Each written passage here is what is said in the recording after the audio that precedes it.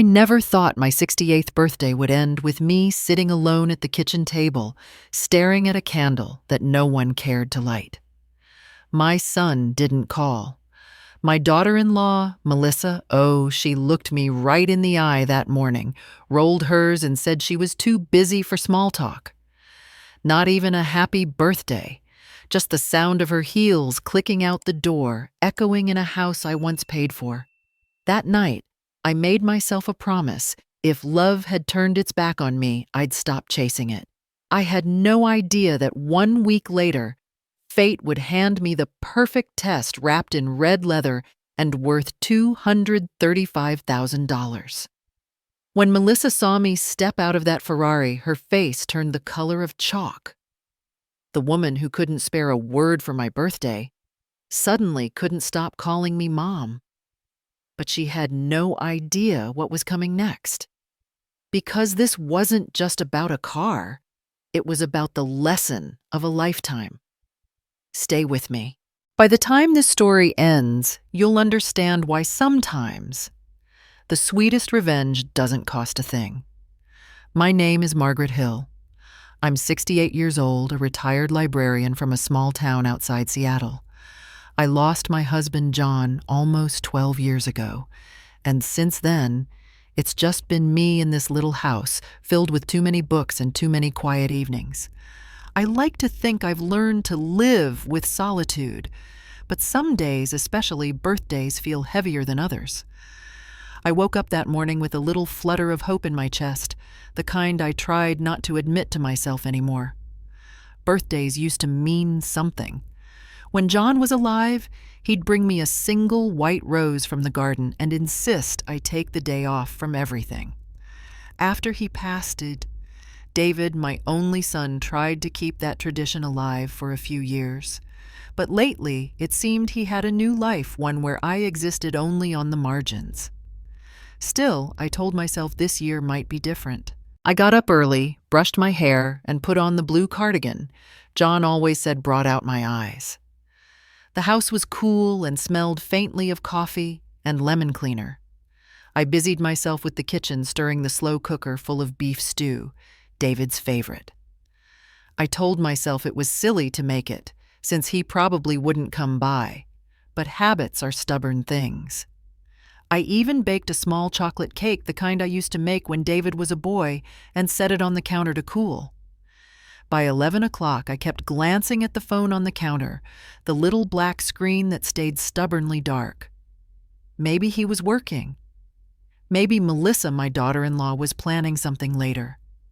I checked my text messages, even though I knew there'd be nothing new. I tried to laugh it off, but the quiet in the house pressed on me like a weight.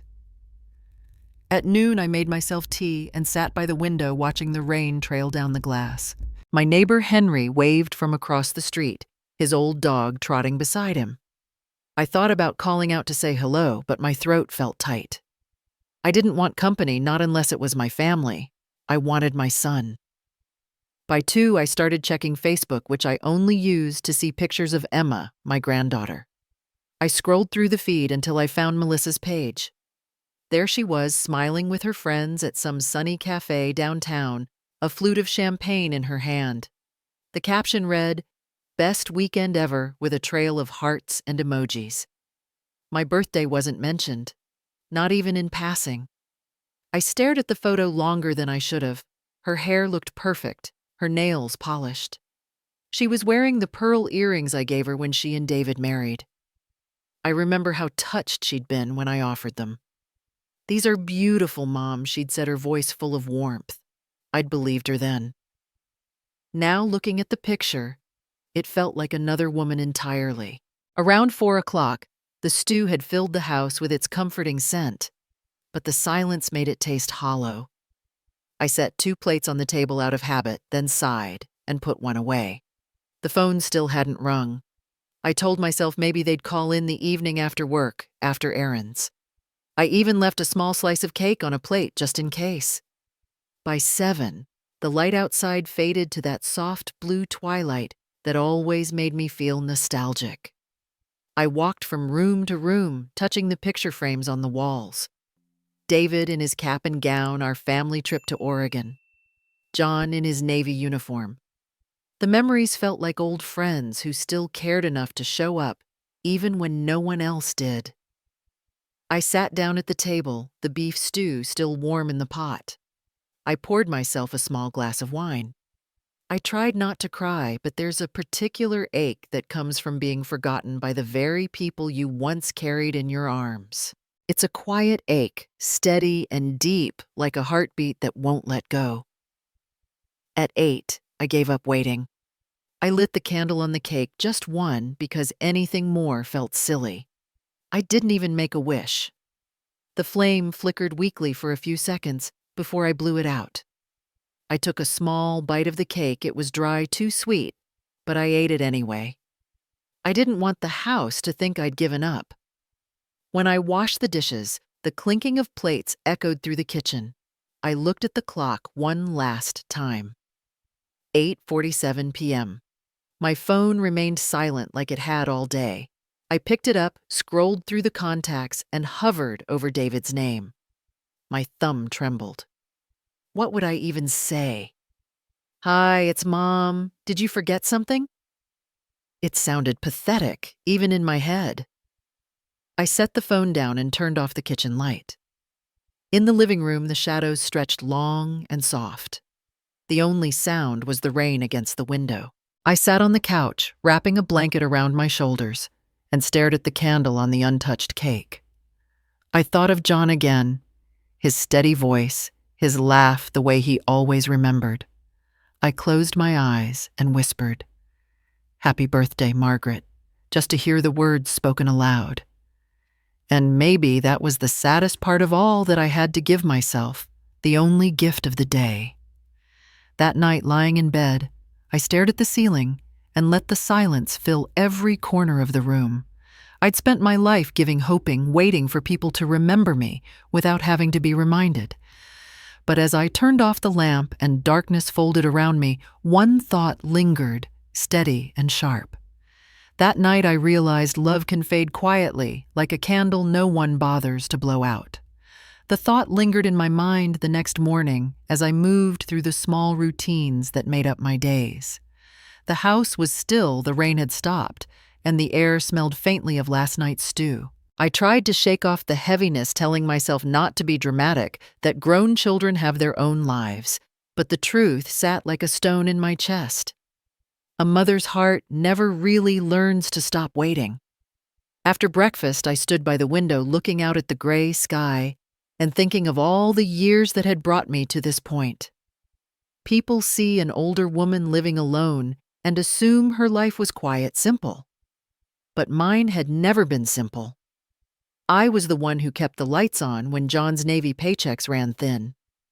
I was the one who packed lunches, mended clothes, and sat awake at night counting out bills by the dim light of the kitchen lamp. David never knew how many hours I spent praying the car would start each morning so I could get to both my jobs. I worked as a librarian during the day, the job I loved most. The smell of books, the hush of that space, it made me feel part of something steady. But when the library closed at 6, I would rush home, change clothes, and head out again with my cleaning caddy, rattling in the back seat. I scrubbed office floors until midnight for a company downtown. I remember the ache in my back, the roughness of my hands, and the way the night janitors used to nod at me with tired smiles. It wasn't pride that kept me going. It was David. Every hour, every blister, every sacrifice had his name written on it. When David got accepted into college, I thought I had reached the summit of motherhood. I was so proud.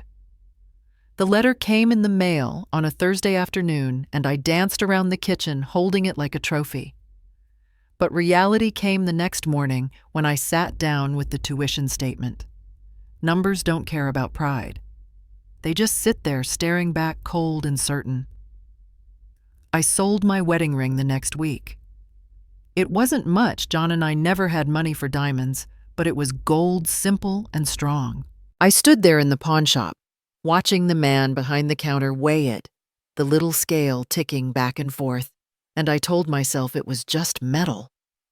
I walked out with a check in my purse and a hollow spot on my finger that's never quite stopped feeling empty. When David graduated, I felt like all those nights and years had finally paid off. He hugged me at the ceremony, still wearing that boyish grin, and said, "We did it, Mom."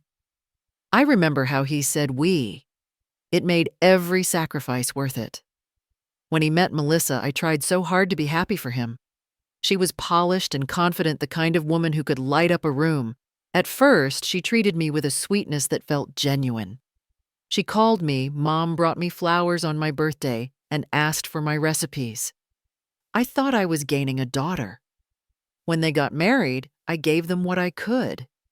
David was starting his own software business, and they were struggling with student loans and a new mortgage. I took money from my small savings and gave them enough to pay off part of the house and get the business going. I told David, "Don't worry about paying me back, sweetheart. Just promise me you'll take care of each other." He hugged me so tight that I thought he understood. I believed I was helping them build the kind of stability I had always dreamed of for him. For a while, it seemed to work. They sent pictures of their new office, invited me to dinner on Sundays. But then the invitations grew fewer, the calls shorter. Melissa started handling most of the conversations. She'd call when she needed something, a babysitter, a recipe, a little help with a loan, but rarely just to talk.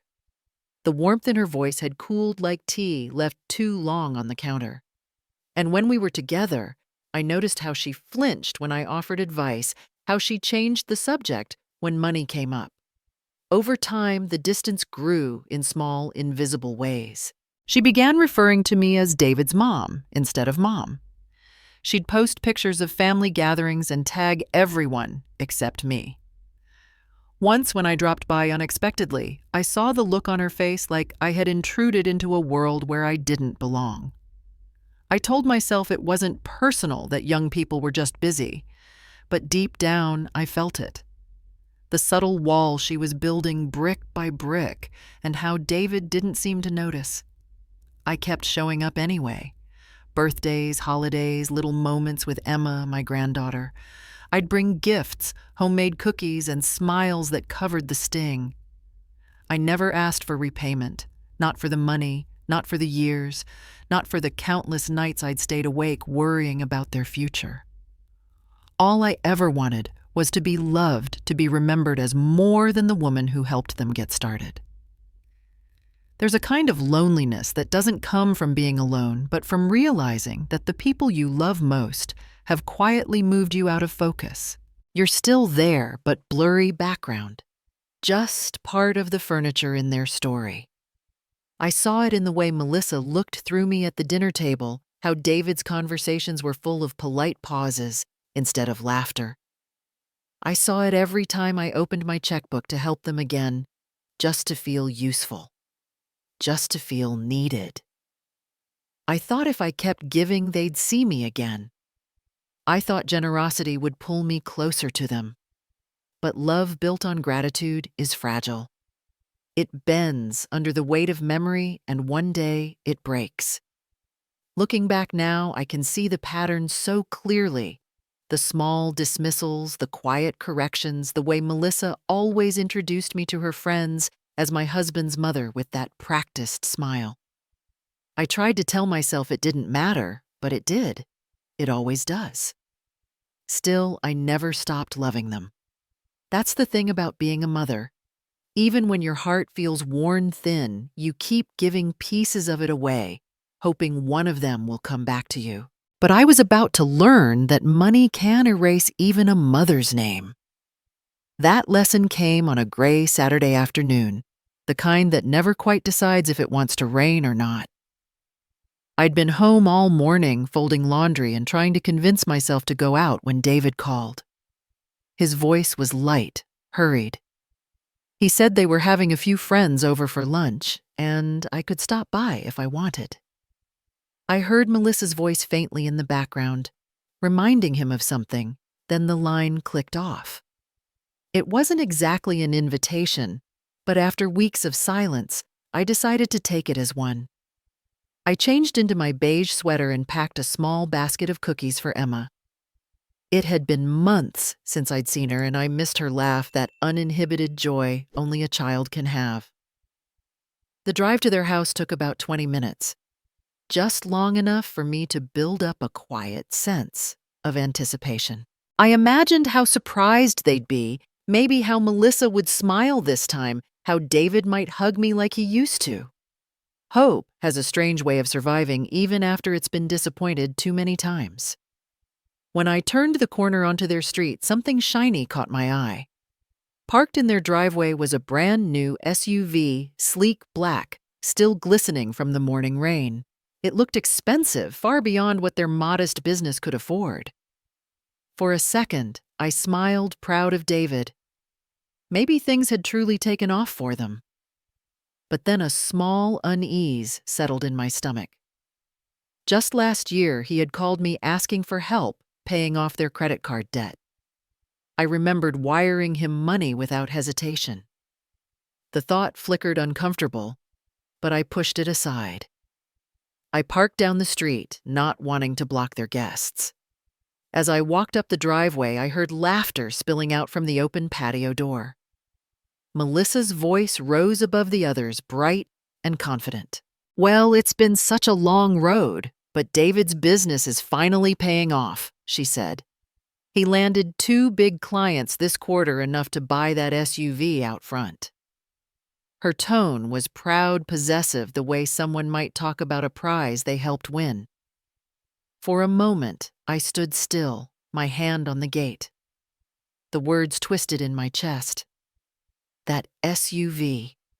The same money I'd given David, the same savings I'd scraped together over years of quiet living, was now a trophy, polished and parked for everyone to admire. I felt the sting of it, not because of the car, but because of the silence that followed. No mention of my help, no acknowledgement that I had ever been part of that success story. I stepped closer, staying just outside the doorway. There were about 6 people gathered around the patio table, glasses of wine in hand. Melissa sat at the center, her posture perfect, her smile effortless. "David's always had such drive," she continued. "We built this from the ground up, just the 2 of us. The 2 of us." Those 4 words landed harder than anything else she could have said. I looked at David, waiting for him to speak, to correct her gently, to say something, anything that might bring me back into the story. But he didn't. He just smiled, that polite, modest smile that people wear when they're being praised and don't want to look too proud. His eyes flicked toward me for a brief moment, and I knew he'd seen me standing there. But instead of calling out, instead of saying, "Mom, come join us," he looked away. A woman I didn't recognize lifted her glass and said, "You 2 are such an inspiration. Hard work really pays off." Melissa laughed. "Oh, absolutely. We've sacrificed a lot to get here." Sacrificed. The word hung in the air like smoke. I thought about the nights I'd worked until midnight cleaning offices, so David could go to college, the ring I'd pawned to pay his tuition, the years I'd saved every extra penny. And now, in this circle of friends, that history had been rewritten, edited neatly out of existence. I stepped back quietly before anyone noticed me. The laughter behind me carried on light and easy. I walked to my car, my hands trembling. I didn't cry, not yet. There's a strange numbness that comes before the pain, a kind of disbelief that you can be so invisible in a life you helped build. The sky finally opened up as I drove away, rain tapping against the windshield in steady rhythm. I didn't turn on the radio. I didn't want noise. I wanted to feel the silence to understand it. By the time I reached the intersection near my house, the rain had turned into a downpour. I pulled over for a moment, resting my forehead against the steering wheel. In the glove compartment was a small photograph I kept of John, taken the summer before he passed. He was standing in front of the house, smiling with that quiet confidence that used to make me feel safe. I pulled it out, the edges worn soft from years of touching it. "You'd know what to say," I whispered. "You'd tell me not to take it to heart." But even he, with all his calm wisdom, could never have prepared me for this slow erasure, this rewriting of who I was in my own family's story. By the time I got home, the rain had soaked through my coat. I left my shoes by the door, sat down on the couch, and stared at the empty living room. Somewhere inside me, something small and steady broke, not with a sound, but with a quiet understanding that the line between being needed and being forgotten is thinner than anyone realizes. I'd spent a lifetime helping others rise. Now I was the one forgotten. The days after that afternoon at David's house seemed to stretch longer than usual. I moved through them in silence, folding the same laundry twice, rereading old letters, pretending to be busy. The air in the house felt heavier somehow, as if even it had grown tired of waiting for voices that never came. My phone stayed still on the counter as if mocking me. I told myself not to expect a call, not to hold my breath for something that wouldn't come. But a mother's hope is hard to kill. By Thursday, the quiet had settled deep enough that I needed to do something, anything. I decided to make soup for Emma, her favorite chicken noodle with carrots and celery. She'd been sick the last time I saw her, and the thought of her small face brightening at the smell of homemade soup warmed me a little. It felt like something I could still offer, a small kindness that didn't depend on anyone's permission. I packed the soup into a thermos, wrapped it in a towel to keep it warm, and slipped on my raincoat.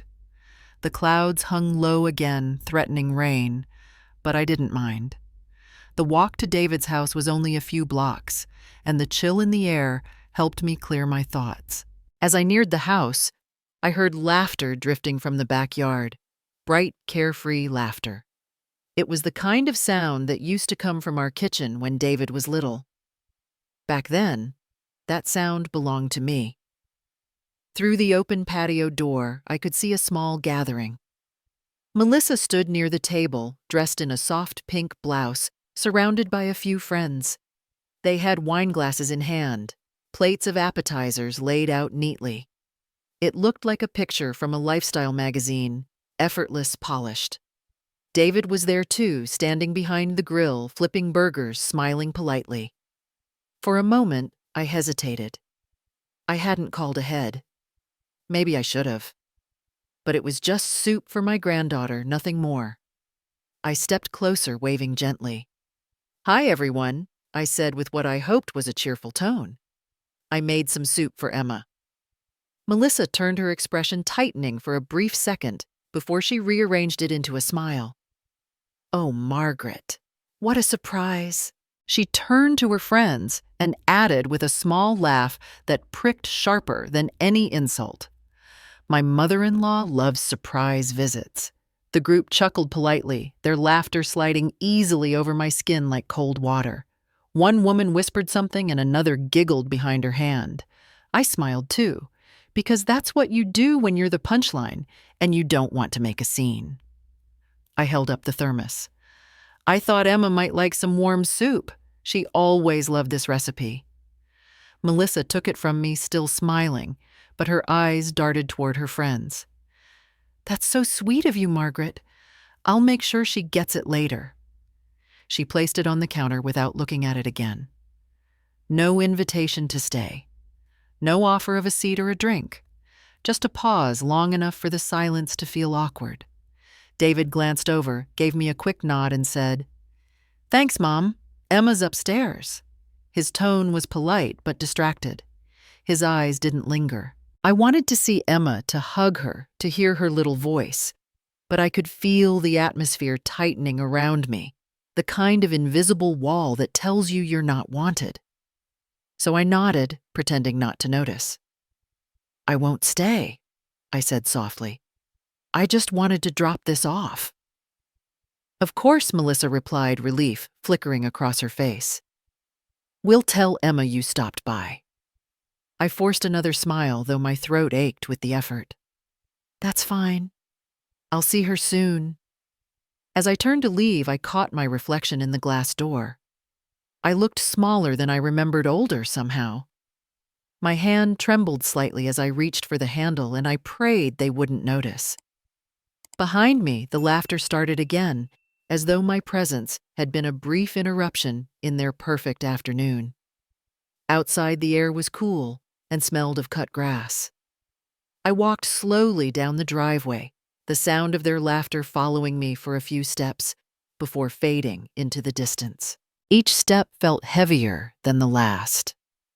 The thermos-shaped shadow on my hand felt like a weight I couldn't set down. By the time I reached the end of the street, the first drops of rain began to fall. I didn't bother to pull up my hood. The rain felt honest. At least it didn't pretend to be something else. As I turned the corner toward home, I could see Henry, my neighbor, sitting on his porch with his old beagle curled beside him. He raised a hand in greeting. Out visiting the family, he called out gently. I nodded, trying to keep my voice light. Just dropped off some soup for Emma. He studied me for a moment. His eyes soft but sharp, the way people look when they already know the answer. They didn't even say thank you, did they? He asked quietly. I stopped walking. There was no point in pretending. I managed a small smile, the kind that's more about survival than happiness. No, Henry, I said. Not this time. He sighed and shook his head, muttering something about how people forget too easily. I gave him a small wave and kept walking. The rain grew steadier, soaking into my coat, my hair, my shoes.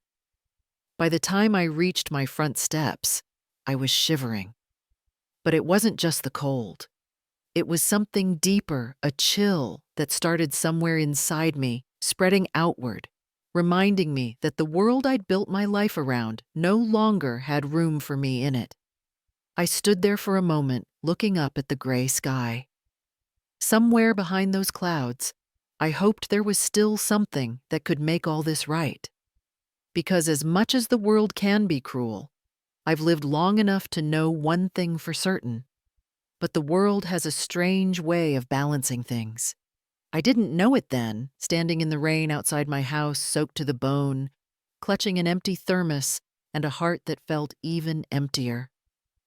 But balance, it seems, has its own strange timing. It doesn't rush for anyone, not even a lonely old woman who'd given everything she had to people who barely looked her way. The next few days passed without much difference from any other. The rain cleared, leaving behind the crisp chill of early March. I filled my time the best I could reading by the window, tending to the small patch of garden John once kept alive, making tea I never quite finished. Life had become a careful routine measured by the hum of the refrigerator and the occasional mail delivery. I told myself I was fine with it. I'd stopped expecting surprises. Surprises belong to other people, young people, busy people, loved people.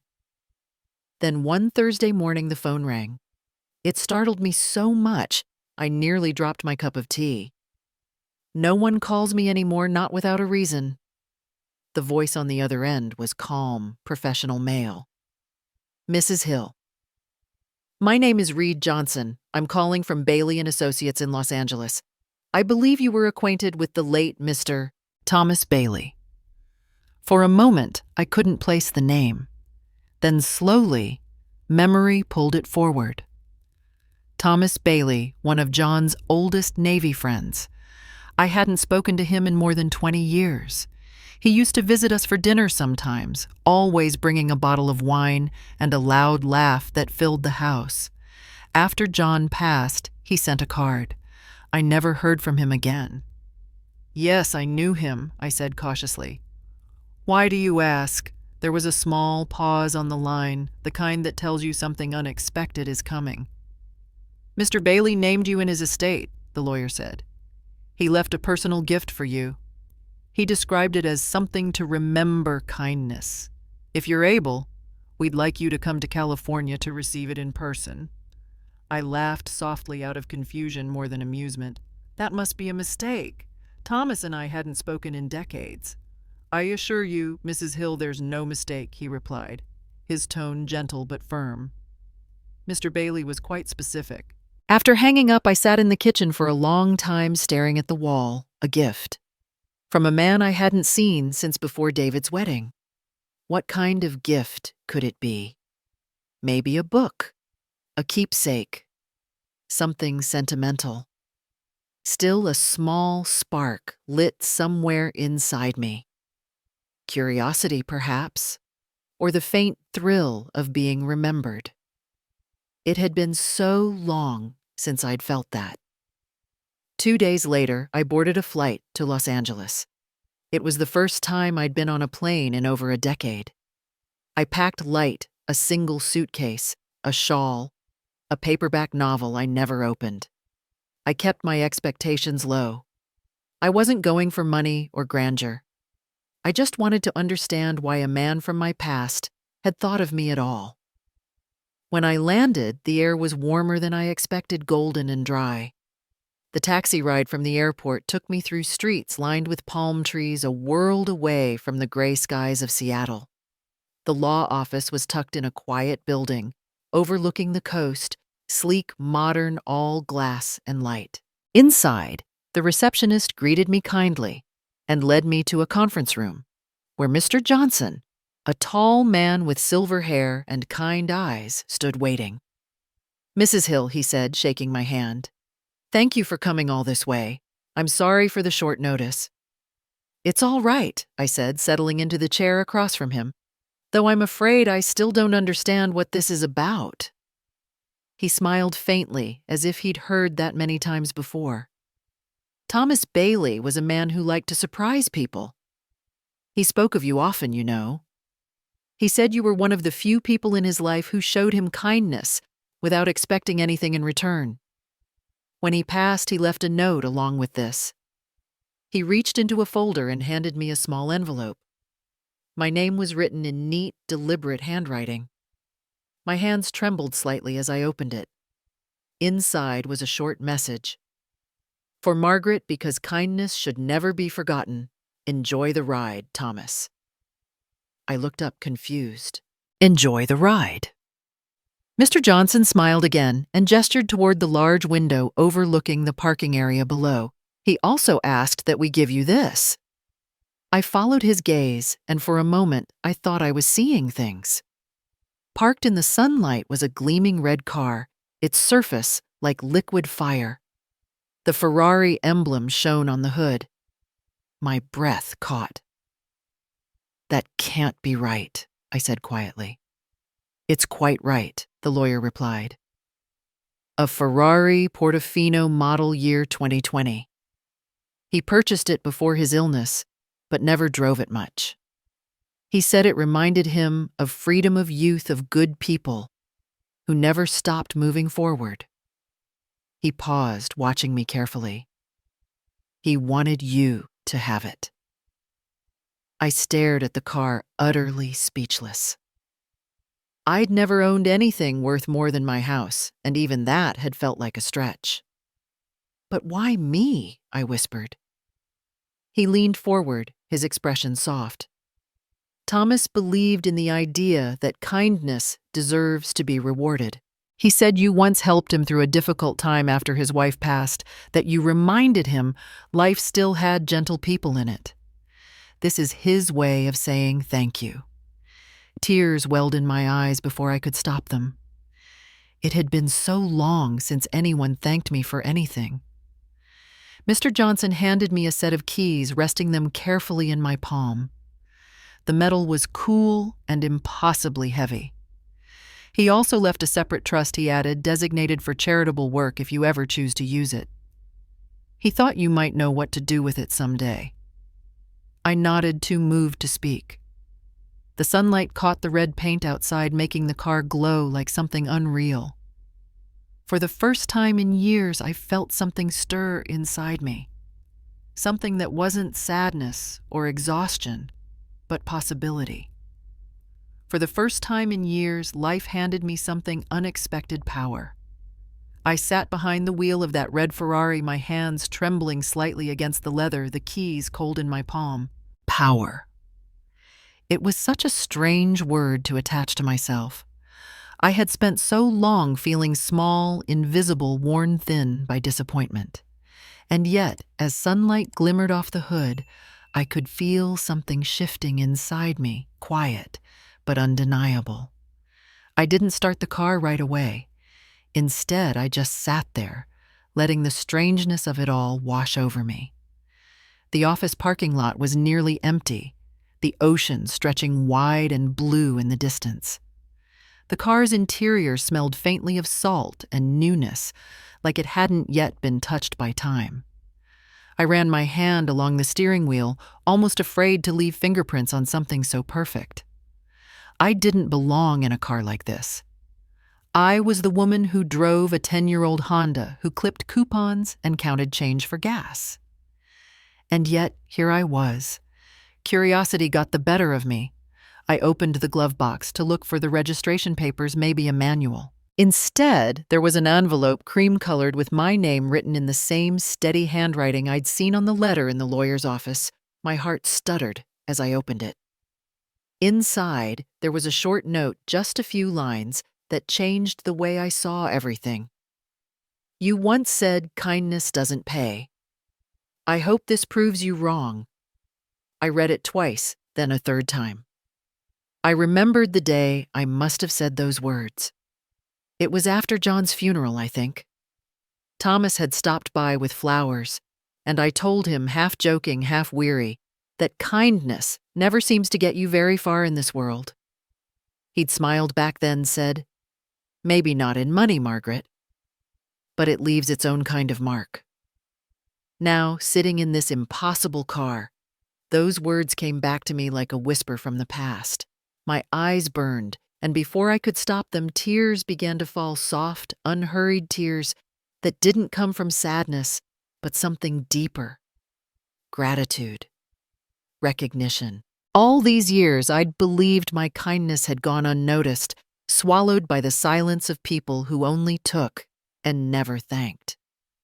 But Thomas had seen. Somehow, he had remembered. I leaned back in the seat and closed my eyes for a moment. The engine, when I finally turned it on, purred like something alive. The sound was smooth, low, confident. I didn't feel rich or important. I felt seen. I felt like someone had reached through time and said, "You mattered." When I pulled out of the parking lot, the afternoon sun flashed off the windshield. And for the first time in a long time, I smiled. Not politely, not carefully, but with the quiet joy of someone remembering who they are. The road stretched ahead, long and inviting. I decided I wouldn't ship the car home or hire a driver. I would drive it myself all the way to Seattle, alone. It felt right somehow to take the long way home. As the miles passed, I fell into a rhythm I hadn't felt since my youth. The hum of the tires against the highway, the wind tugging at my scarf, the endless horizon ahead. It all felt like a conversation between me and the world. I stopped in small towns for coffee, parked the car in front of diners where people stared openly curious. Some smiled. A few asked questions. I answered politely but never told the story. This car wasn't a prize. It was a secret, a message from the universe that I wasn't finished yet. Still, as I crossed the border back into Washington, a thought began to take shape, quiet but persistent. What would they think, David and Melissa, if they saw me step out of this car? Would they even recognize the woman behind the wheel? Or would they only see the price tag, the gleam, the reflection of what they valued most? I told myself it didn't matter. I wasn't doing this for them. But a part of me, a part I didn't want to admit existed, wondered. Maybe, just maybe, I wanted to see the look on their faces. The closer I got to home, the more that curiosity grew. Not out of spite exactly, but something more complicated. I'd been invisible for so long that the thought of being noticed again, even for the wrong reasons, felt intoxicating. I told myself it was harmless curiosity. But deep down, I think I already knew this car would do more than turn heads. It would turn lives inside out. By the time I reached the outskirts of my neighborhood, dusk had settled in. The car's headlights cast a soft glow on the familiar streets, making everything look slightly unreal. The neighbors were still out walking their dogs, and I caught more than one person stopping to stare as I passed. It was strange how a machine could make people see you differently. As I turned onto David Street, my heart began to pound. I wasn't sure why I was even going there. Maybe I wanted to share the news, or maybe I just wanted to test the balance the world had promised me. I slowed the car, the hum of the engine cutting through the evening quiet. When I pulled into their driveway, Melissa's face told me everything. She had just stepped out of the house holding a dish towel and wearing that sharp, impatient expression I'd come to know so well. She saw the red car first, not me. Her eyebrows knit together, ready to scold whoever had parked in their spot. But as the sunlight caught the glossy hood and she saw me behind the wheel, the look on her face changed completely. Her mouth opened slightly. "Oh, my Mom." Her voice cracked and she blinked twice, as if she couldn't quite believe what she was seeing. I rolled down the window and smiled, keeping my tone calm. "Hello, Melissa. I was just passing by." For a heartbeat, she stood frozen, her fingers still clutching the towel. Then, as though a switch had been flipped, she transformed. The sharpness in her eyes melted into warmth, or at least the kind of warmth people put on when company's watching. "Oh my gosh, Mom. You look amazing. Is this your car?" "It is," I said quietly. She let out a high laugh, one hand pressed dramatically against her chest. "A Ferrari? Wow, I didn't even know you liked cars like this." She walked around it slowly, her voice bright and sugary. "It's gorgeous. You're gorgeous. Come inside, you must tell us everything." Her tone made my stomach tighten. I hadn't heard her call me Mom like that in years, not since before the money, before the silence. But I said nothing. I parked, turned off the engine, and stepped out. A couple of neighbors were outside watering their lawns. Melissa called out cheerfully, "Isn't this amazing? My mother-in-law's new Ferrari?" She said it loud enough for everyone to hear. One of the neighbors whistled.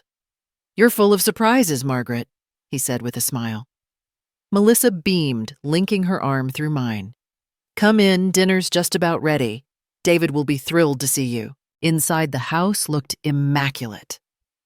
The smell of roasted chicken filled the air, and a soft playlist played in the background. Everything about the setting felt carefully arranged, curated for impression. David came down the stairs, wiping his hands on a towel. When he saw me, his expression flickered first surprise, then confusion. "Mom, what's going on?" Before I could answer, Melissa jumped in. "Isn't it incredible? Your mom has a Ferrari. I told her to come in for dinner. We were just finishing up." David blinked clearly, trying to process it. "A Ferrari," he repeated. "Yes," I said simply. "It was a gift from an old friend of your father's." Melissa's smile didn't waver, but her eyes sharpened slightly. "An old friend, huh? Must have been a very generous one." I smiled politely and took a seat at the table. He was kind. He left me something to remember that kindness. Dinner passed in a strange sort of tension, the kind where everyone's smiling, but no one's relaxed. Melissa poured me a glass of wine, complimented my hair, even asked if I'd lost weight. It was almost comical. Between bites, she kept glancing toward the window where the car gleamed under the porch light. Every few minutes, she'd bring it up again. "You must tell me how it drives, or I can't believe how lucky you are." Finally, after dessert, she leaned back in her chair, her voice casual, but her eyes sharp. "So, what else did he leave you?" The question landed softly, but carried weight. Her tone was coated in sweetness, but I could hear the calculation beneath it. I looked at her for a long moment, watching the way her smile tightened around the edges. Then I smiled too. Just enough to see who really cares. For the first time that evening, her expression faltered. Only slightly, but enough. She looked away, busying herself with collecting plates. David said nothing, just nodded absently, as if unsure how to respond. Later, as I got up to leave, Melissa insisted on walking me out. "You really shouldn't drive at night," she said, her voice syrupy again. "That car must be a handful. Maybe next time David can drive you home." "Thank you, dear," I said, my tone as smooth as hers. "But I think I can manage." Outside, the air had cooled. The car gleamed under the streetlight like a secret too bright to hide. As I opened the door, I caught my reflection in the window, an older woman. Yes, but not small anymore. For the first time in years, I didn't feel invisible. I wasn't sure if that was good or dangerous. I drove home slowly, the quiet hum of the engine filling the spaces where thoughts tried to form. I told myself not to read too much into Melissa's sudden affection, that maybe I was being uncharitable. Maybe she was just surprised, maybe even proud. But as I turned off the car in my driveway, the night felt too still, too heavy, as if holding its breath. I didn't know what it was yet, but something in her voice, in the way her eyes had followed the car, left me uneasy. That night, I heard whispers that broke the last piece of my heart. I had just settled into the guest room at their house, a rare offer from Melissa, after her sudden wave of kindness. She'd insisted I stay the night. It was late, she said, and she didn't want me driving that precious car in the dark. Her voice was honeyed, almost too sweet, and though something about it made me uneasy, I agreed. I told myself maybe she was trying. Maybe for once this was genuine. The house was quiet, except for the hum of the refrigerator downstairs and the faint ticking of a clock in the hallway. I couldn't sleep. My mind kept circling back to her eyes at dinner, the way they had glinted when she said, "So, what else did he leave you?" There had been calculation in that glance, not curiosity. But I forced myself to push the thought away. Maybe I was just being paranoid. Maybe I'd been alone too long and had forgotten how to accept kindness when it came. It was near midnight when I heard them. Their bedroom door was cracked slightly, and I caught their voices through the hall. Melissa's was low and sharp, a whisper wrapped in urgency. "If we can get her to sign a power of attorney, we'll be set," she said. "You know she's getting older, David. She probably won't even think twice about it. We'll make it sound like it's for her own protection." My body went cold. There was a pause, and then David's voice, tired, hesitant. "Melissa, that's not right. She's my mother. She's rich now." "David," Melissa hissed back. "You said it yourself. Who knows what else that man left her? Do you really want all that money going to waste when it could secure our future?" I waited for him to defend me, to end the conversation, to say what any decent son would say. But he didn't. Silence filled the air like poison. Then he muttered, "We'll see. Maybe we can help her manage things, make her think it's for her benefit." The ache that bloomed in my chest was unlike anything I'd felt before. This wasn't just neglect or distance. This was betrayal.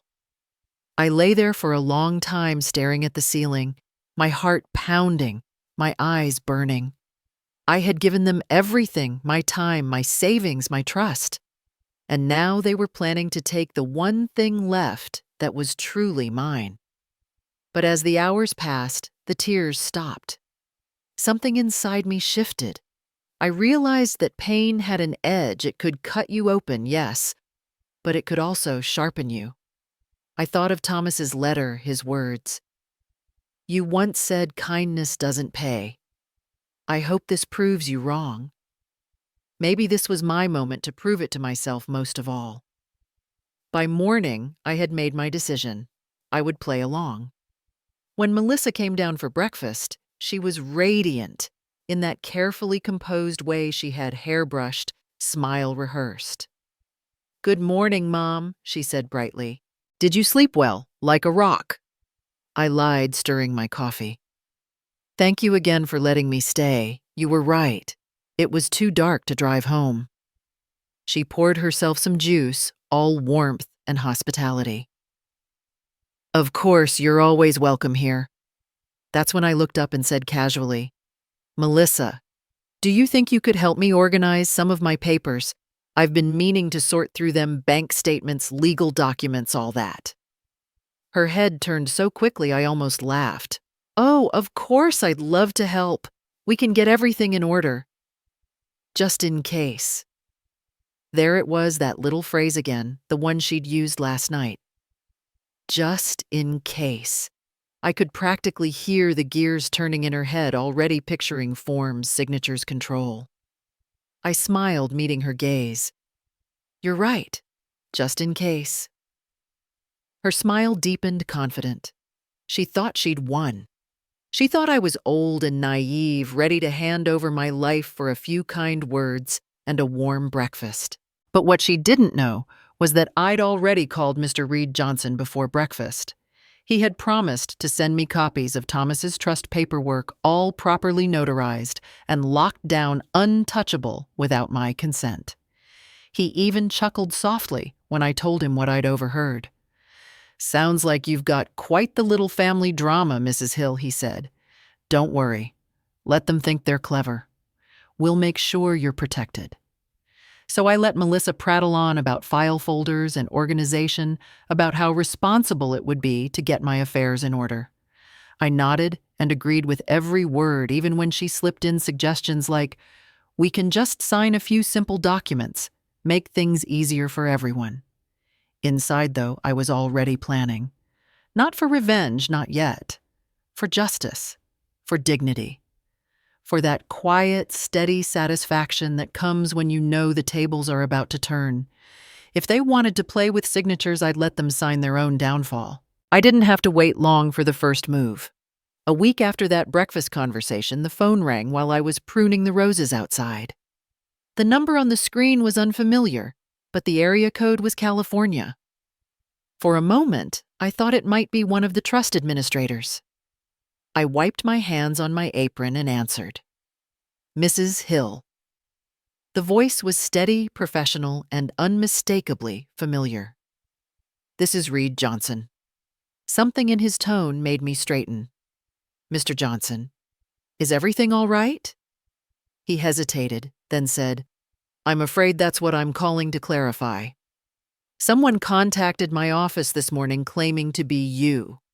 She said she was reviewing the trust documents and wanted to confirm your authority over certain assets." I felt the world tilt just slightly beneath me. "Claiming to be me?" "Yes. She sent an email from an address similar to yours. At first glance, it looked legitimate. She even attached a copy of your driver's license, though the scan was faint. The message was polite, but oddly worded. She requested a statement of remaining funds and asked how one might add a cosigner to the account." My throat went dry. "Did you respond?" "I did not," he said firmly. "It didn't sound like you. And I've handled too many estates to ignore a bad feeling. I contacted the trust's verification line before calling you directly. We've preserved everything. Emails, timestamps, even the IP address. I thought you should know."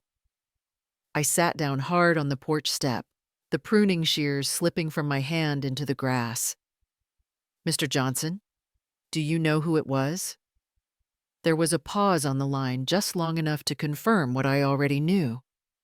"I can't say with absolute certainty," he replied carefully, "but the email signature read, Melissa Hill. Does that name mean anything to you?" I closed my eyes. The air felt suddenly too thin. "Yes," I said quietly. "She's my daughter-in-law." He exhaled through the receiver, the sound of polite discomfort. "I'm sorry, Mrs. Hill. I assumed as much. I thanked him, told him I appreciated his discretion.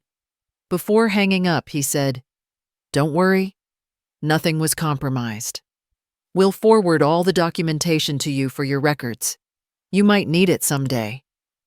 When the call ended, I sat there for a long time watching the breeze move through the garden. The petals on the roses trembled light and fragile, but somehow still standing. I felt strangely calm.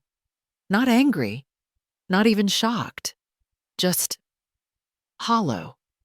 Melissa had crossed the line I had hoped she'd never reach, pretending to be me, stealing my name, my identity, my trust. There are betrayals you can forgive, but this was different. This wasn't thoughtless cruelty or careless disrespect. This was deliberate. It took time, planning, and the assumption that I would be too foolish to notice. I went inside and made tea, the kind of simple ritual that steadies the hands when the heart starts to harden. As the kettle whistled, I caught my reflection in the window. I looked tired, yes, but there was something new in my eyes. A sharpness, a clarity. When the email from Reed arrived later that day, I opened it immediately. Every word, every file was a confirmation of what I already knew. Melissa had posed as me using a fabricated signature that didn't even resemble my own. She'd written with a polite authority that would have fooled anyone who didn't know the real me.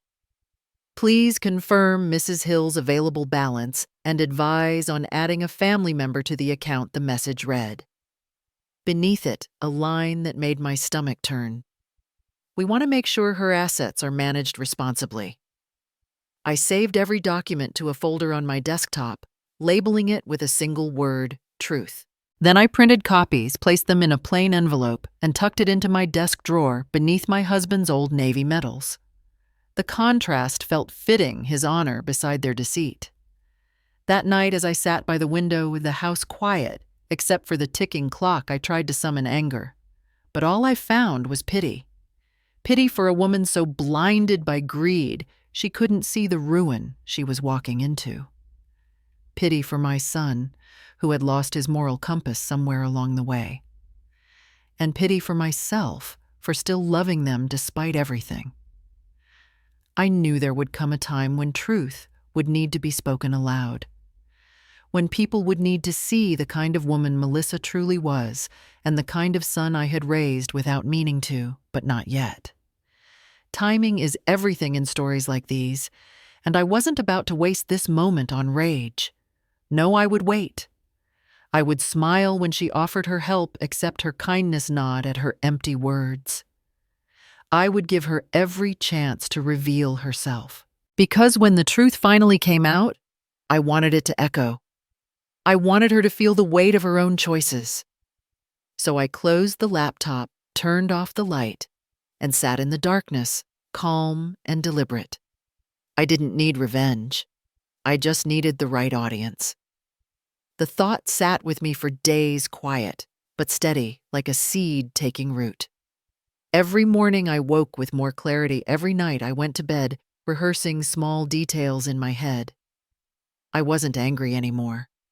That emotion had burned itself out, leaving something colder, sharper, and far more useful in its place. Control.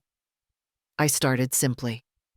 The next time Melissa stopped by, I made sure to sound casual, even absent-minded.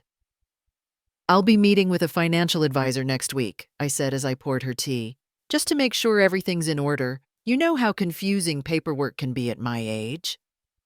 The effect was immediate. Her posture straightened slightly. Her eyes brightened. "Oh, that's a smart idea, Mom," she said, her tone light but too quick. "It's always good to stay organized. Maybe I can help you with that. I've done so much of that stuff for David's business." I smiled, pretending not to notice the eagerness creeping into her voice. "That's kind of you, dear. Maybe after my meeting, you can look things over for me. I'll feel safer with family involved." Her eyes flickered just for a second, but I caught it. Relief, triumph, greed, all tangled in one expression. She had taken the bait. The following week, her kindness bloomed like a spring garden after drought. She started calling every morning asking how I was feeling. She dropped off homemade cookies, offered to pick up my prescriptions, and once even brought flowers, my favorite tulips, though I knew she didn't know that. Every gesture was too polished, too deliberate. One afternoon, she arrived with a box of herbal teas and a smile so bright it almost looked painful. "I've been thinking, Mom," she said, settling onto the couch beside me. "When you meet your advisor, you should consider adding David's name to some of your accounts. Just for safety, you know. So if anything ever happens, things won't get complicated." I stirred my tea slowly. "For safety," I repeated, feigning confusion. "Of course," she said, leaning closer. "You've got a lot to keep track of now with that trust, and the Ferrari and all. It's smart to share responsibility. We just want to make sure you're taken care of."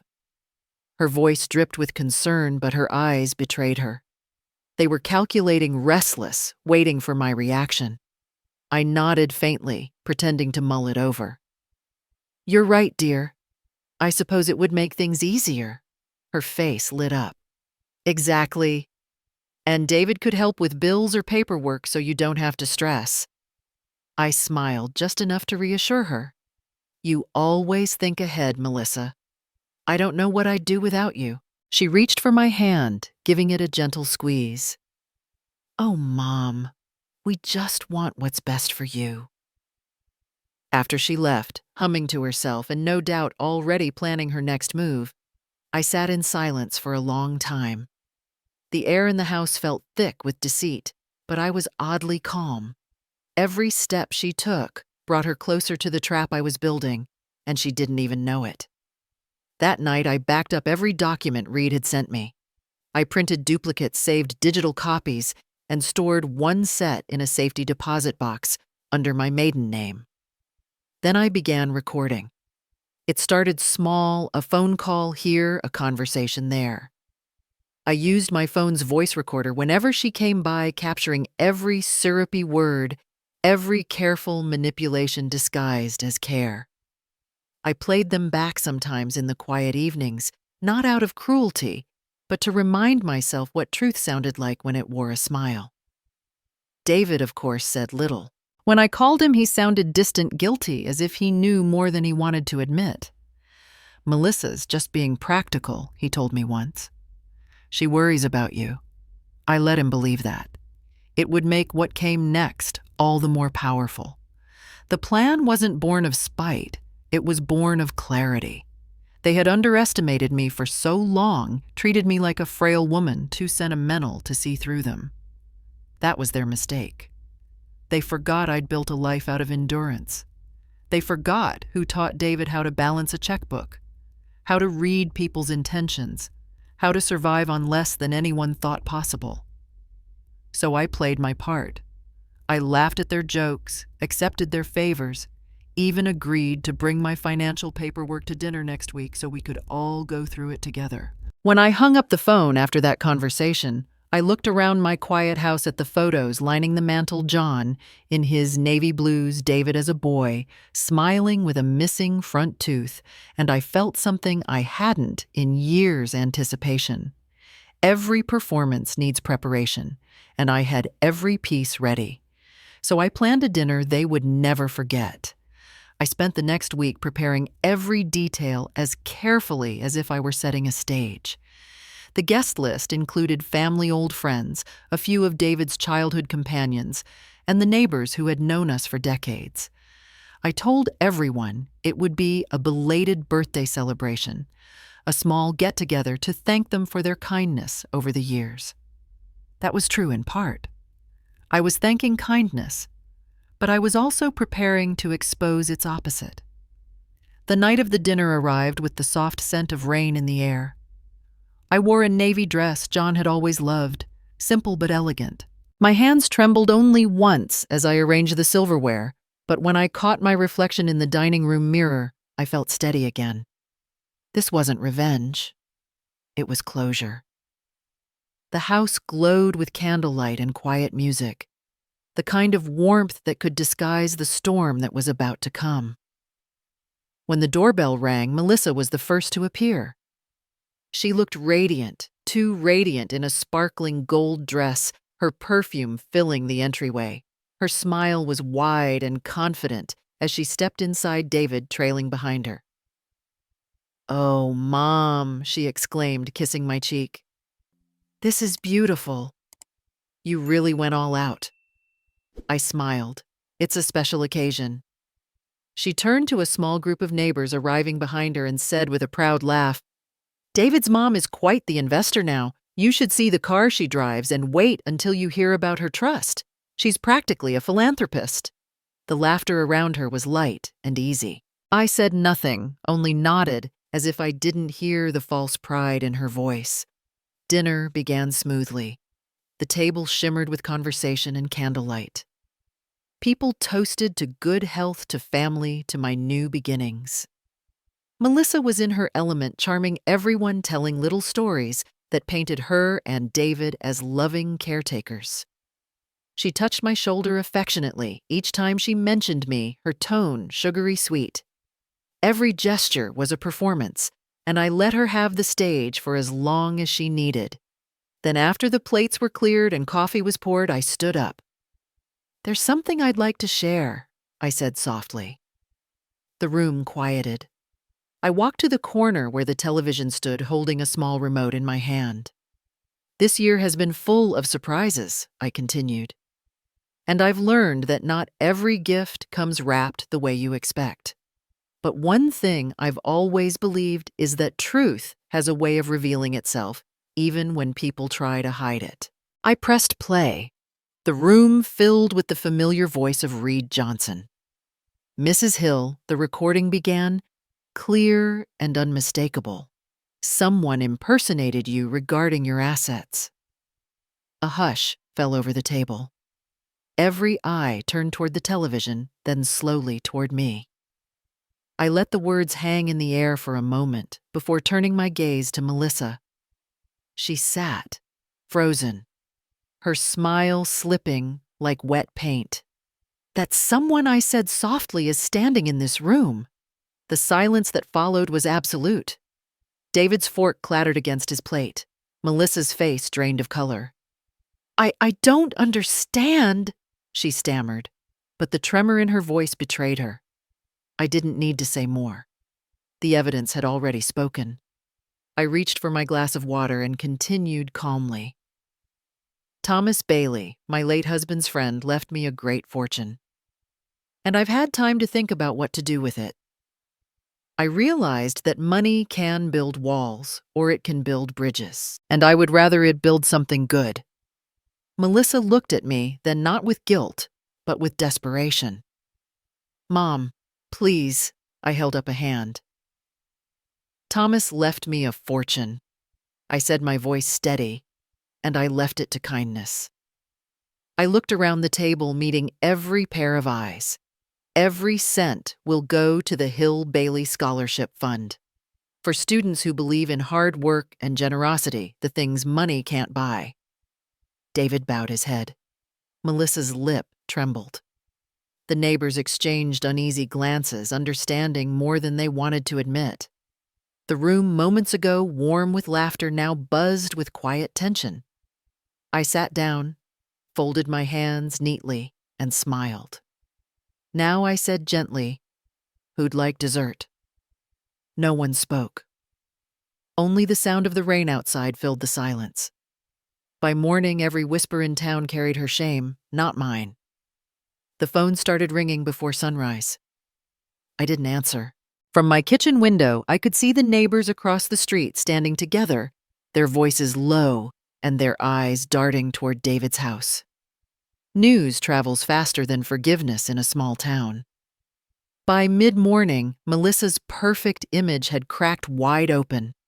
When I finally arrived at their house later that day to collect the few things I'd left behind, the air inside felt heavy, thick with the residue of arguments that had started long before I got there. The front door was half open, and I could hear them from the porch. "You never stood up for us." Melissa's voice was sharp, cutting through the stillness like broken glass. You let her humiliate me in front of everyone. David's reply came louder, angrier. You humiliated yourself, Melissa. You're the one who lied. You forged her name. Do you even understand what you did? I did it for us, she screamed back. For this family. For you. You think she would have ever shared anything if I hadn't pushed her? The sound of their daughter crying from upstairs pierced through the shouting.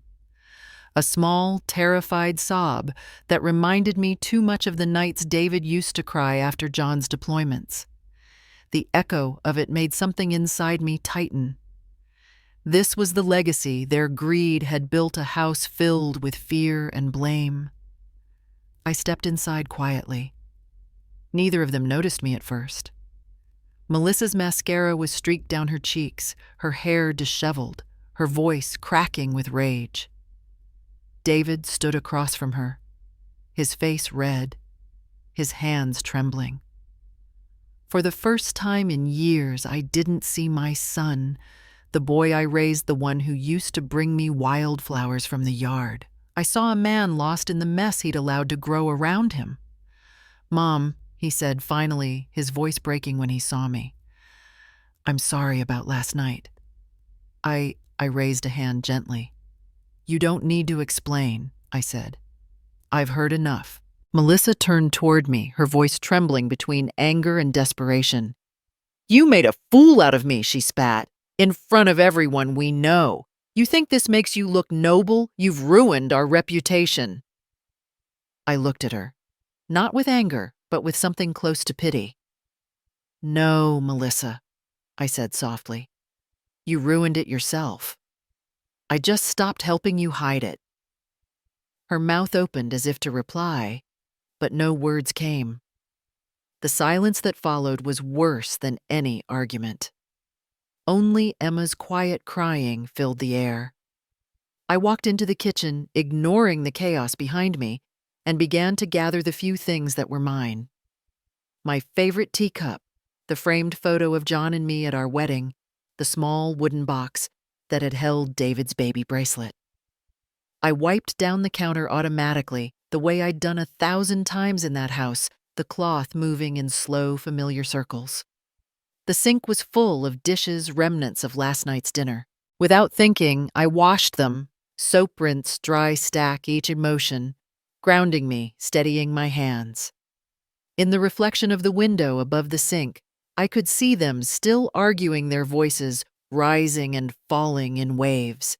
When I was done, I dried my hands, walked into the living room, and looked around one last time. There were pictures on the wall of happier days, birthdays, Christmases, Emma's first steps. I reached up and took the oldest one down, David, at 6 years old, missing his front tooth, holding a paper star he'd made in kindergarten. I slipped it into my bag. Before leaving, I placed an envelope on the kitchen table. Inside was a single letter written the night before. It said everything that needed saying, that I still loved them both, but love without respect was no longer enough. That money can be replaced, but trust cannot. That forgiveness might come someday, but not today. I stood at the doorway for a moment listening. Melissa had gone silent now, and David was pacing. Emma's small sobs had turned into hiccups. I wanted to go to her to hold her, but I knew it would only confuse her more. She would understand one day. Children always see the truth eventually. The air outside was cool, clean. The world felt different, lighter somehow. I walked to my car and placed the bag on the seat beside me. My hands no longer shook when I turned the key. The engine hummed to life, soft and steady like a heartbeat finding its rhythm again. I didn't look back as I drove away. The road stretched ahead, open and quiet, and for the first time in years, I felt like it belonged to me. I walked out of that house for the last time, but this time I wasn't the one broken. The sun had begun to sink low over the trees as I drove away, its orange light spilling across the road like a path to someplace new. I didn't feel angry. I didn't even feel sad anymore. What I felt was finality, like closing the last page of a long, difficult chapter. The ache was still there, yes, but it had changed shape. It no longer demanded to be avenged. It simply asked to be put to rest. That night in my quiet kitchen, I sat down to write the last words I would ever say to them. The house was silent, except for the steady rhythm of my pen against the paper. I began the letter the way one begins a memory, gently. "You forgot my birthday," I wrote, "but I remember every bill I paid, every tear I hid, and every night I stayed awake believing family was worth the sacrifice." I paused, letting the words settle, then continued. "You thought wealth was a measure of love, but love doesn't need balance sheets. It only asks to be returned in kind. Thomas left me a gift because he saw kindness when no one else did. I used to think kindness was weakness. Now I know it's the only strength that lasts." I folded the next line carefully into the center of the page. The car and the trust Thomas left, they're now part of the Hill Bailey Scholarship Fund. Every dollar will help someone build a life, not buy one. As I wrote it, a strange sense of relief came over me. It wasn't about punishing them anymore. It was about freeing myself from everything their greed had stained. I wanted to see I continued if love could exist without money. Now I know it didn't. But perhaps it can be reborn someday in a way that doesn't need to be bought. When the letter was done, I placed it in an envelope and left it with my lawyer to deliver. It wasn't cruel or bitter, just honest. The truth doesn't need to shout to be heard.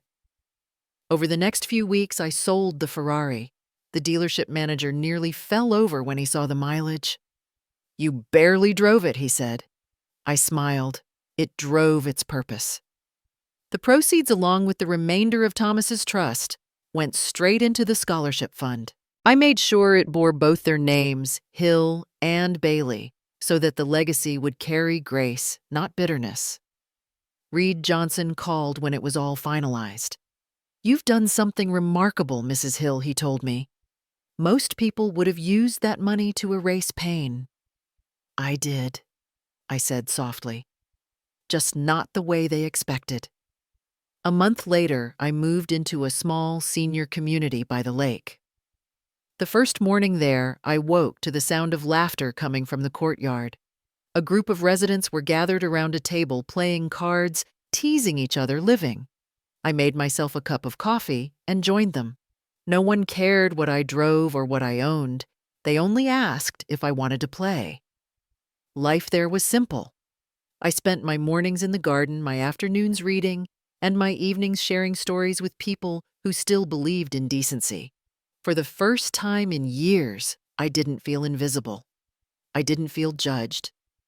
I felt at peace. Sometimes when the wind rustled through the trees, I thought of David and Melissa. I didn't wish them harm. I only hoped that someday they'd understand the cost of what they'd lost. Money fades. Reputations fade. But the way we treat each other that lasts. I sat by the window one evening watching the sunset burn into gold over the lake, and I realized the strangest thing. After everything that had happened, I didn't need them to love me anymore. I had finally learned how to love myself again. I finally understood peace is louder than revenge. The days that followed were quiet, almost too quiet. The kind of quiet that comes after a long storm when everything around you has settled, but the air still hums with the memory of thunder. I woke early each morning, brewed my coffee, and watched the sun rise over the lake. The world felt softer now, lighter. I no longer carried the weight of trying to make anyone see my worth. I had let that go. But out in town, peace wasn't so easily found.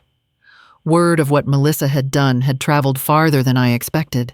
People whispered at the grocery store, at the church, at the post office. Some stories grew taller with each retelling, as gossip does, but the truth sat plainly in all of them. Melissa Hill had pretended to be her mother-in-law to steal her inheritance. It wasn't anger that made people turn away from her. It was disappointment. And in a small town, disappointment lasts longer than scandal. I didn't take joy in it. I'd had my share of humiliation, and I knew how it burned. Still, part of me hoped that the isolation might teach her something that pride never could. A few weeks later, I heard about the community meeting. It was one of those monthly gatherings where everyone showed up to vote on park improvements, discuss neighborhood issues, and quietly measure each other's lives. I hadn't planned to go, but one of my friends insisted. "You should come," she said. "It might bring you some closure." When I arrived, I slipped quietly into a seat in the back. The room buzzed with low conversation chairs, scraping papers, rustling. Then I saw her Melissa. She sat near the front, her posture small, her hands folded tightly in her lap. Her once perfect hair hung limp, and her usual sparkle had dulled. For a moment, I didn't recognize her. When the time came for public comments, Melissa stood. The room went still. Even the clock on the wall seemed to pause. Her voice trembled at first. "I want to say something," she began. Not as an excuse, but as a confession. She swallowed hard. I was blinded by greed. I forgot who raised my husband. I forgot what love was supposed to look like. A few people shifted in their seats. Some looked away. Others met her eyes with quiet understanding. "I hurt people who only showed me kindness," she continued. "And I don't expect forgiveness. I needed to say it out loud. Because silence makes shame grow." The words hung in the air like fragile glass. No one clapped. No one spoke. The silence that followed was the kind that doesn't punish, it acknowledges. And in its own way, that was mercy. When the meeting ended, she didn't look back. She just walked out into the night, shoulders heavy, head bowed. I watched her go and felt something deep inside me loosen like a knot I hadn't realized I'd been holding. 2 days later, David came to visit me. He didn't call ahead, just showed up at the door of my small cottage by the lake. When I opened it, he looked smaller somehow, not in stature, but in spirit. His eyes were red, his voice cracked. "Mom," he said, and before I could speak, he fell to his knees. "I let you down," he whispered, his shoulders shaking. "I let her twist me into something I didn't even recognize. I didn't protect you. I didn't listen. I'm so sorry." I reached out my hand, trembling, as I rested it on his hair, the way I used to when he was a boy afraid of the dark. "David," I said softly, "I didn't need your apology. I needed your love."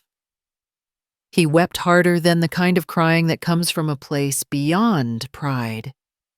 And in that moment, I realized something I hadn't before. Forgiveness isn't a single act. It's a season. It needs time, warmth, and patience to take root. We sat together by the window until the sun went down, neither of us speaking. The past was still there between us, but it no longer ruled the room. But forgiveness, like spring, takes its own time to bloom. And just like that time moved gently forward. Seasons passed in their quiet rhythm, each one carrying a little more peace than the last. The pain didn't vanish overnight. It simply softened like a scar that no longer aches but reminds you where you've been. I found a rhythm in my days at the senior community. Morning walks by the lake. Afternoons spent reading or teaching the other residents how to email their grandchildren. Evenings filled with laughter, board games, and stories of lives that had been lived fully, some with regret, but all with grace. It was during one of those evenings that I got the call from Reed Johnson. "Mrs. Hill," he said, his voice warm, "I wanted you to be the first to know. The Hill Bailey Scholarship Fund will hold its first award ceremony next month. They'd like to honor you as the founding donor." For a long moment, I couldn't speak. My heart swelled not from pride, but from something deeper, a quiet joy that all the hurt, all the tears had grown into something that might outlive me. "Tell them," I said softly. "I'd be honored to attend." The weeks that followed were filled with gentle anticipation. The library had always been my sanctuary when I was younger, back when I used to shelve books in the afternoons after my cleaning shifts. I thought about that girl I once was, tired, hopeful, determined to give her son a better life. She would never have imagined that one day her name would hang on a banner inside that same building. The day of the ceremony arrived, bathed in early spring light, the kind that feels like forgiveness itself. I dressed simply in a soft blue suit that matched the morning sky. As I walked toward the library, the magnolia trees were in bloom, their petals falling like blessings onto the path. Inside, the air hummed with quiet excitement. Rows of chairs lined the main reading room, where I'd once helped children find their favorite books. Now those same shelves framed a stage decorated with flowers and a sign that read Hill Bailey Scholarship Award Ceremony, honoring generosity and hope. There were faces I didn't expect to see: teachers, students, a few of my old neighbors. And then, near the front, I saw David. He stood tall, looking healthier than I'd seen him in years.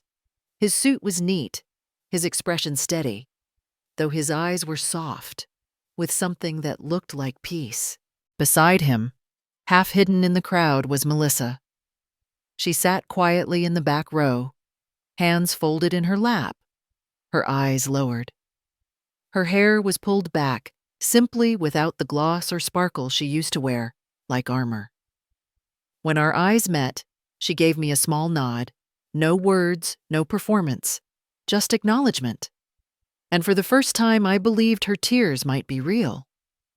When Reed took the stage, he spoke about the fund, how it had already helped 3 local students begin their college journeys, how it would continue for years to come. Then, he turned toward me. "Ladies and gentlemen," he said, "today, we honor Mrs. Margaret Hill, not only for her generosity, but for the grace with which she's lived her life. True wealth," he added, "is measured not in what we keep, but in what we give." The applause that followed felt almost unreal. I wasn't used to being the center of attention. I'd spent most of my life in the background, quietly holding things together, quietly being forgotten. But in that moment, surrounded by people clapping not out of politeness, but out of genuine respect, I felt something bloom inside me that had been dormant for far too long. David approached the podium next. I hadn't known he'd been asked to speak, and for a moment I thought my knees might give out.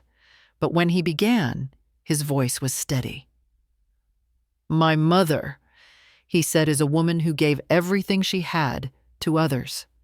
Her time, her strength, her love.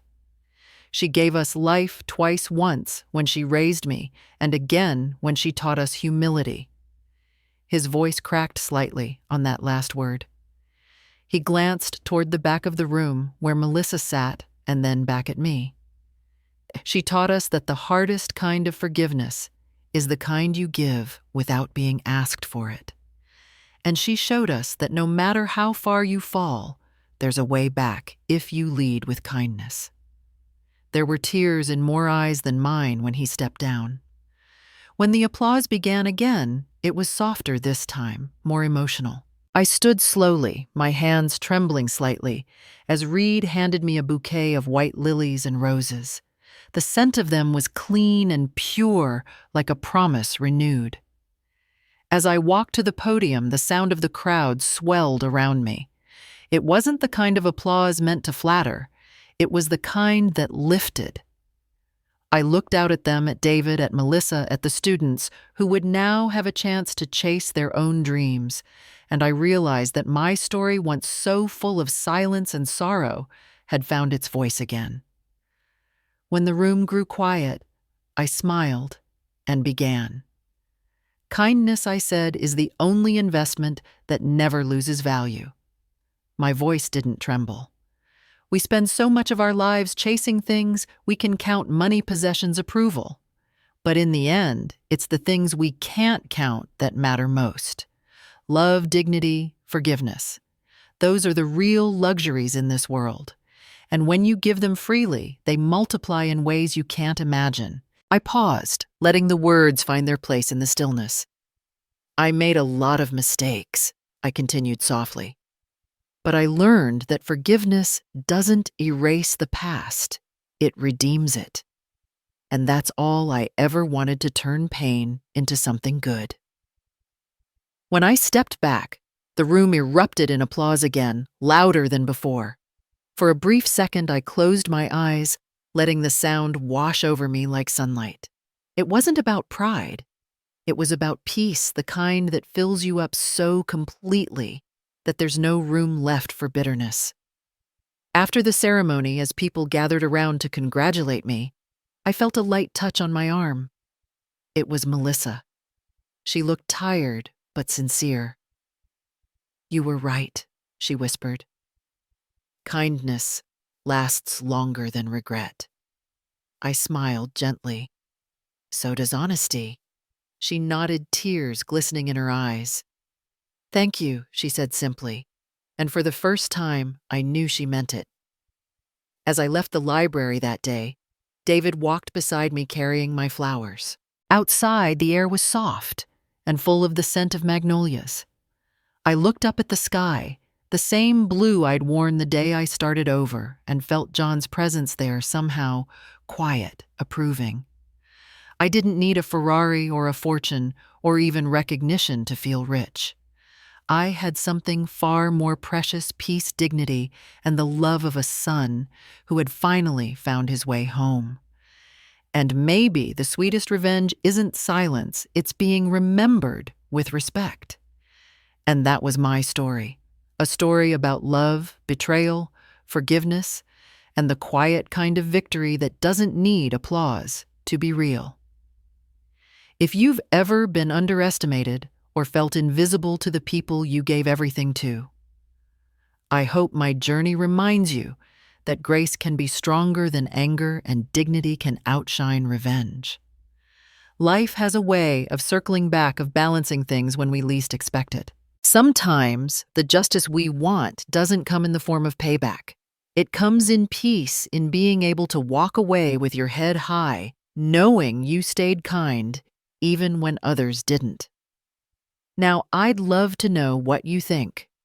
Do you believe forgiveness is stronger than revenge? Have you ever faced a moment when choosing kindness felt harder than fighting back? Share your thoughts in the comments. I read every single one. If this story touched you, please subscribe to the channel. There are more stories like this about family redemption and the quiet strength it takes to heal after being hurt. Your support helps keep these stories alive and reminds others that no matter how broken things may seem, grace always finds its way home. So tell me, what would you have done if you were in my place? I can't wait to hear your thoughts.